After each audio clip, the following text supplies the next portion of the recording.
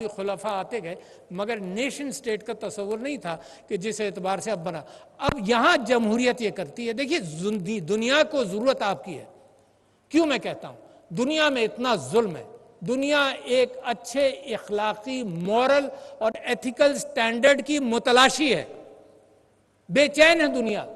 یعنی اگر آپ قتال کا تماشا دیکھیں تو افریقہ کے اندر جس طرح سے ہوا, ایک کنگ لیوپولڈ تھا بیلجیم کا, 10 کروڑ کہا جاتا ہے اس نے افریقہ میں لوگوں کو مارا ہے پچھلی صدیوں کے اندر, 18ویں صدی میں 10 کروڑ.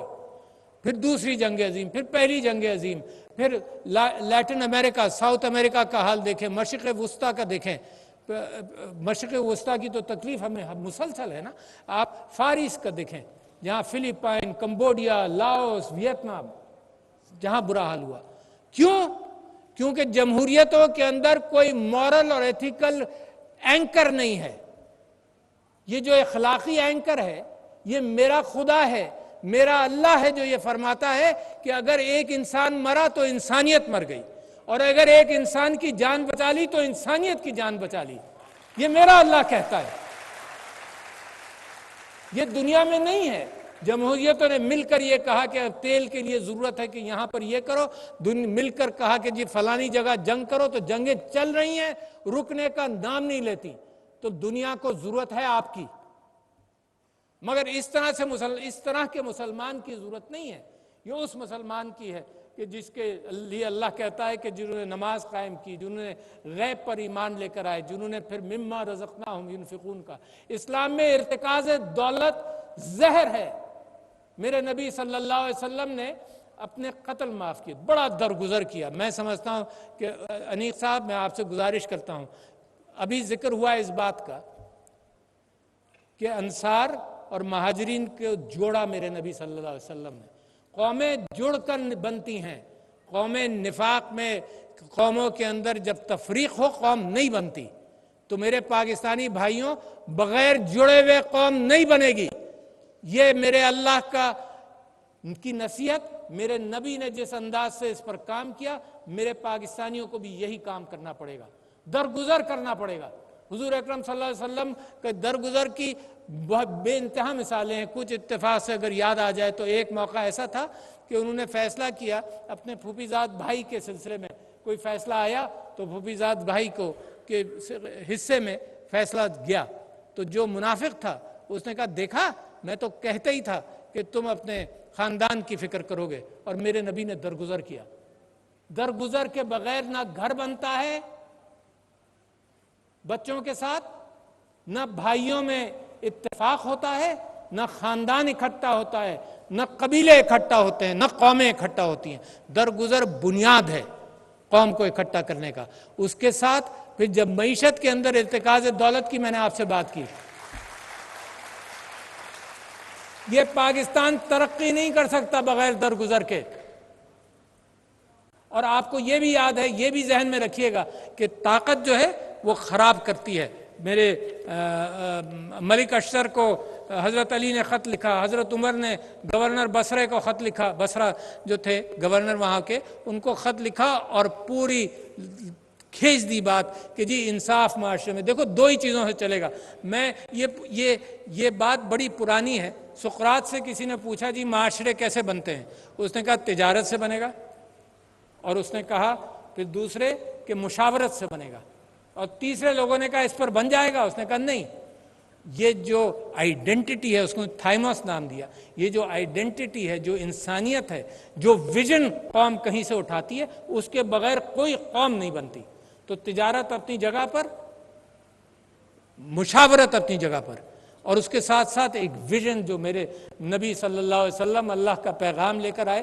اور میں آپ کو یقین دلاتا ہوں کہ میرا ایمان ہے کہ دنیا متلاشی ہے اس بات کی. جس دن آپ تجارت کے اعتبار سے, آپ اخلاقیات کے اعتبار سے, آپ اپنی زبان کے سچے اور پکے ہو گئے, تو دنیا میں اس وقت سچے اور پکے کوئی نہیں ہے. ویسٹڈ انٹرسٹ کی دنیا ہے.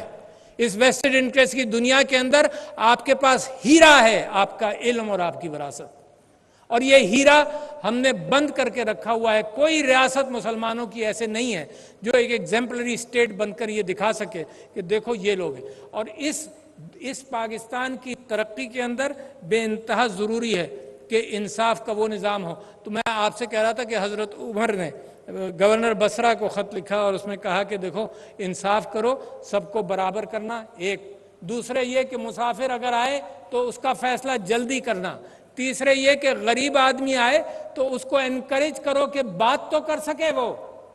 تو جتنے فیصلہ کرنے والے اور ایگزیکٹو تھے ان کے اوپر پابندی تھی کہ غریب آدمی کی فکر کرو، غریب آدمی کی بات سنو، غریب آدمی کی بات سمجھو، کیونکہ وہ ڈپرائیوڈ ہے. عورت کے حوالے سے معاشرے کے اندر کتنی بڑی تبدیلی لے کر آئے.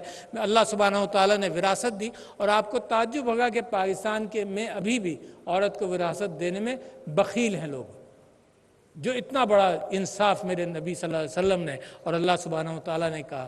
پھر جو ڈسیبلڈ لوگ ہیں، قرآن کے اندر ہدایت آ گئی ان کے لیے، یتیموں کے لیے آ گئی.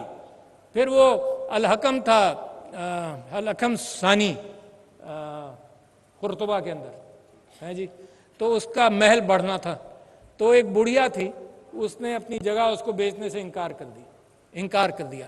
باہر صورت قاضی صاحب نے بھی کہا کہ نہیں ہو سکتا، مگر ایگزیکٹو نے اس کو توڑ تاڑ کر وہاں پر برابر کر دیا. پھر جب الحکم دیکھنے گیا اس جگہ کو تو قاضی صاحب ساتھ گئے. قاضی صاحب کو سخت تکلیف تھی اس بات کی کہ اس بڑھیا کی جگہ زمین گرا دی. تو وہاں پر وہ بوری لے کر گئے اور اس نے بوری میں کہا اپنے سلطان سے کہ میں یہاں کی مٹی کچھ بھر لوں اس کے اندر، کیونکہ بڑی نیک جگہ ہے. جب مٹی بھر لی پوری بوری کے اندر تو سلطان سے کہا آپ اٹھائیں، ذرا سی مدد کیجئے. وہ بوری اٹھی نہیں. تو انہوں نے کہا میرے نبی صلی اللہ علیہ وسلم کی حدیث ہے کہ اگر تم نے ناحق کسی کی زمین پر قبضہ کیا تو وہ قیامت کے دن توق کی طرح تمہارے گردن میں لٹکا دی جائے گی. یہ ہے انصاف. اور پاکستان کے اندر تو چلتا یہی ہے کہ قبضہ سچا اور دعویٰ جھوٹا. تو دیکھیں، میں آپ سے یہ گزارش کرنا چاہتا ہوں، میری بہنیں یہاں پہ موجود ہیں، یہ پاکستان بن نہیں سکتا جب تک ہم غریب غربا کو ساتھ لے کر نہیں چلیں گے. یہ پاکستان بن نہیں سکتا جب تک ہماری بہنیں معیشت کے اندر کام نہیں کریں گی. اب تو زمانہ بدل گیا، اب تو امیزون کے اعتبار سے گھر بیٹھ کر یو کین کنٹریبیوٹ. معاشرے کے اندر حضرت عمر کا قول تھا، کسی نے پوچھا کہ جی اسلامی ریاست کیسے ہوگی، تو انہوں نے کہا کہ اسلامی ریاست یمن سے عدن تک ایک عورت زیور میں لیس جائے اور اس کو یہ خطرہ نہ ہو کہ کوئی اس کو راستے میں کوئی پوچھے گا یا کچھ لے لے گا. تو میں بہنوں سے کہتا ہوں یہ تو مردوں کی ذمہ داری ہے کہ معاشرہ وداؤٹ ہراسمنٹ بنائے. مگر میں آپ سے یہ بھی کہتا ہوں یہ ہو نہیں سکتا. قائد اعظم محمد علی جناح کہتے رہے، میرے نبی صلی اللہ علیہ وسلم، بی بی Khadija was a business woman. اس سے بڑی مثال کہاں سے ملے گی؟ میں جتنے چیمبرز آتے ہیں، سب لوگ آتے ہیں میرے ساتھ میٹنگ کرتے ہیں، میں پوچھتا ہوں کہ تم لاتے ہو یہ کہ جی یہ میرا بیٹا ہے، اب میں اس کو کاروبار میں شامل کر رہا ہوں، سب مرد ہی مرد نظر آتے ہیں. کبھی یہ بھی مجھے آ کر کہو کہ یہ میری بیٹی ہے، میں اس کو یہ میری بہو ہے، اس کو میں نے کاروبار میں شامل کیا. تو یہ اندر سے معاشرہ بدلے گا نا، یہ صرف نصیحتوں سے نہیں بدلے گا. یہ جینوئن باتیں ہیں، اس کے اندر خوبصورتی ہے، اس کے اندر یہ کیفیت ہے کہ سب سے زیادہ ہراسمنٹ فری جگہ کون سی ہوگی سوائے میری بیٹی کے لیے میرا دفتر سب سے زیادہ ہراسمنٹ فری ہے، سب سے زیادہ سیف ہے. تو لہٰذا پاکستان کے اندر یہ چیزیں جو اسلامی تمدن اور اسلامی معاشرے کے لیے ضروری ہیں ان کو لایا جائے. پھر انصاف کے بغیر نہیں ہوگا. پھر یہ تورات کے اندر سے یہ اسلامی قانون چل رہا ہے، an eye for an eye, a tooth for a tooth مثال کے طور پر.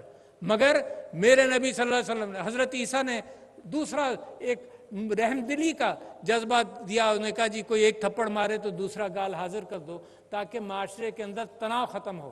میرے نبی صلی اللہ علیہ وسلم نے اپنے قبیلے کے جتنے قتل ہوئے تھے وہ معاف کیے. یہ معاف کرنے والی چیزیں ہیں. مگر قرضہ معاف نہیں کیا. انہوں نے نماز جنازہ نہیں پڑھی کسی کی جب تک قرضہ اس کا اتارا نہ گیا. اور یہ ایک پرنسپل لے ڈاؤن کیا کہ معیشت کے اندر ارتکاز دولت نہیں ہوگا. معیشت کے اندر اگر قرضہ لیا جائے گا تو واپس کیا جائے گا. معیشت کے اندر جیسے ابھی ہمارے بزرگ نے یہ فرمایا کہ اسلام نے تو بنیاد بدل دی نا کہ یہ پراپرٹی میری نہیں ہے، یہ پراپرٹی اللہ کی امانت ہے میرے پاس. یہ جب بنیاد بدل گئی تو اس کا مطلب یہ ہے کہ پھر ارتکاز نہیں ہو سکتا. اور ارتکاز آپ آج کل ہر طرف دیکھتے ہیں. یعنی اگر کوئی زمینیں بکنی شروع ہوتی ہیں تو لوگ خرید کر انویسٹمنٹ کے لیے رکھ لیتے ہیں، جن کو ضرورت ہے مکان بنانے کی ان کے لیے قیمتیں بڑھ جاتی ہیں. یہ ارتکاز ہے. دیکھیے دولت کس کو کہتے ہیں؟ دولت محنت کی فلوئڈٹی ہے. یعنی میں فرض کرو 4 گھنٹے محنت کر کے میں بازار میں جا کر یہ نہیں کہوں گا کہ جی مجھے آدھے گھنٹے کی محنت کے مجھے 5 آلو دے دیں. مجھے محنت کے روپے مل جاتے ہیں. اس زمانے میں سکے تھے، روپے مل جاتے ہیں. یہ ایکسچینج کا دور بن گیا. مگر اگر اس کو میں رکھ لوں اپنے پاس تو محنت کو میں نے منجمد کر لیا. اس وقت ارتکاز دولت جو ہے یہ میں نے آپ سے جیسے کہا کہ یہ زہر ہے، سرکولیشن آف منی. تو میرے نبی صلی اللہ علیہ وسلم نے کبھی قرضہ معاف نہیں کیا، قتل معاف کر دیے اور درگزر کیا بہت ساری چیزوں میں، مگر سرکولیشن آف ویلتھ کو اہمیت دی. لہٰذا میں آپ کے سامنے کہتا ہوں کہ یہ کیپٹلزم جس کے اندر ارتکاز دولت ہے، بڑے سے بڑا گھر بنانے کی جستجو ہے جو یہیں رہ جائے گا، اور اسی جستجو کے اندر انسان ڈوبتا چلا جاتا ہے. اور دوسری بات جو میں نے آپ سے کہی کہ انصاف، اچھا انصاف کے اندر میں نے کہا eye for an eye, tooth for a tooth, حضرت موسیٰ کی اولڈ ٹیسٹمنٹ سے بھی، اور حقیقت یہی ہے کہ یہ آیا اور اسلام نے بھی اس کی اجازت دی، مگر درگزر کرنے کو اہمیت دی. اللہ تعالیٰ پسند فرماتا ہے. میں نے ایک جگہ اس حدیث کو کوٹ کیا کہ میرے نبی صلی اللہ علیہ وسلم دوچھتی پر چارپائی پر آرام فرما رہے تھے، انہوں نے کروٹ لی تو مسکرا رہے تھے. جب مسکرا رہے تھے تو میرے حضرت عمر رضی اللہ عنہ نے ان سے پوچھا کہ میرے آقا میری جان اور مال آپ کے اوپر قربان. کیا بات ہے، کیا انداز ہے گفتگو کرنے کا. یہ کنٹمپریریز تھے مگر کیا اپریسیشن تھا. میری جان اور مال آپ پر قربان، آپ مسکرا کیوں رہے؟ تو میرے نبی صلی اللہ علیہ وسلم نے فرمایا کہ جب میں سو رہا تھا تو فرشتہ مجھے جنت دکھانے لے گیا. بڑی خوبصورت جنت دکھائی اس نے. پھر اس کے بعد اس سے بہتر ایک درجے پر لے گیا جہاں اور بھی خوبصورت تھی. تو میں نے فرشتے سے پوچھا کہ دونوں میں فرق کیا ہے؟ تو فرشتے نے فرمایا کہ اللہ کے نبی، جو نچلی سطح تھی جنت کی، جو بہت اچھی تھی، بہت خوبصورت تھی، وہ تھی جس میں لوگوں نے اپنا حساب کر لیا. آپ نے میرا دینا تھا، میں نے آپ کا دینا تھا، لوگوں نے حساب کر لیا. جس میں جس کا پلڑا بہاری رہا جنتی ہوا، جنت میں آ گیا. تو یہ دوسری لیول جو تھی، جو اور بھی زیادہ اچھی تھی، یہ کیسی ہے؟ تو یہ کہا یہ وہ ہے جہاں لوگوں نے زندگی میں درگزر کیا ایک دوسرے کو، اور اللہ کو یہ بات پسند آئی. تو میرے بھائیوں اور بہنوں، اس درگزر کے بغیر نہ خاندان نہ قوم کچھ نہیں بنتا. تو درگزر کرے.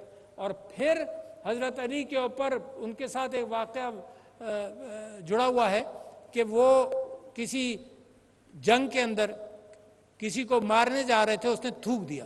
انہوں نے اپنا ہاتھ بھی روک دیا کہ میں غصے میں نہیں ماروں گا. تو آئے فار این آئے کا مطلب یہ نہیں ہے کہ غصے میں اور میری طاقت ہے تو میں تمہاری 2 آنکھیں نکال دوں گا.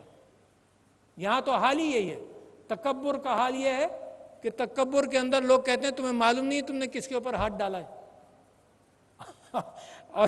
اور انکساری میرے مذہب کی بنیاد ہے. انکساری کے حوالے سے میں سمجھتا ہوں کہ حدیث میں یہ بھی آتا ہے کہ حضور اکرم صلی اللہ علیہ وسلم فرماتے ہیں کہ جو اپنے آپ کو حقیر سمجھتا ہے اللہ اس کا نام روشن کرتا ہے، اللہ اس کو مقام دیتا ہے. تو آپ وہ بھی خلیفہ دیکھ لیے حضرت عمر جیسا، جو ایک اونٹ پر 2 لوگ سوار ہو کر، اس میں سامان بھی تھا، اور یروشلم گئے. وہ زمانہ بھی تھا. تو میرے دوستوں، بھائیوں، بہنوں، یہ وہ باتیں نہیں ہیں، وہ ماحول نہیں ہے کہ میں تقریر کروں اور چلا جاؤں، یا آپ تقریریں سنیں اور چلے جائیں. میں آپ سے گزارش کرتا ہوں کہ اتنے جید علماء نے یہاں آپ سے بہت ساری باتیں کی ہیں. آپ ذرا تصور کیجئے کہ میرے نبی کے ساتھ کتنے لوگ تھے. یہ ہال بھی بہت بڑا ہے جہاں سے شروع ہوا. اگر آپ ان چیزوں کو اپنائیں اور اپنایا جائے پاکستان میں، بغیر اپنا لیں تو ایک بہت بڑی تبدیلی آتی ہے. میں آپ کے ساتھ ایک اور گزارش کرتا جاؤں کہ بغیر علم کے، بغیر تعلیم کے دنیا میں مقابلہ نہیں ہوگا. اللہ کی ایک سنت ہے، اللہ دنیا کا اقتدار ان لوگوں کے ہاتھ میں دیتا ہے جو دنیا چلا سکتے ہیں، جن کے پاس علم ہو. یہ ان کے ہاتھ میں صرف دعاؤں سے اقتدار نہیں آئے گا. دعاؤں سے اللہ آپ کو ایج دے گا، اللہ آپ کے لیے آخرت بنائے گا، مگر دنیا کے اندر صرف دعاؤں سے نہیں، علم کے بغیر نہیں. اور وہ ملک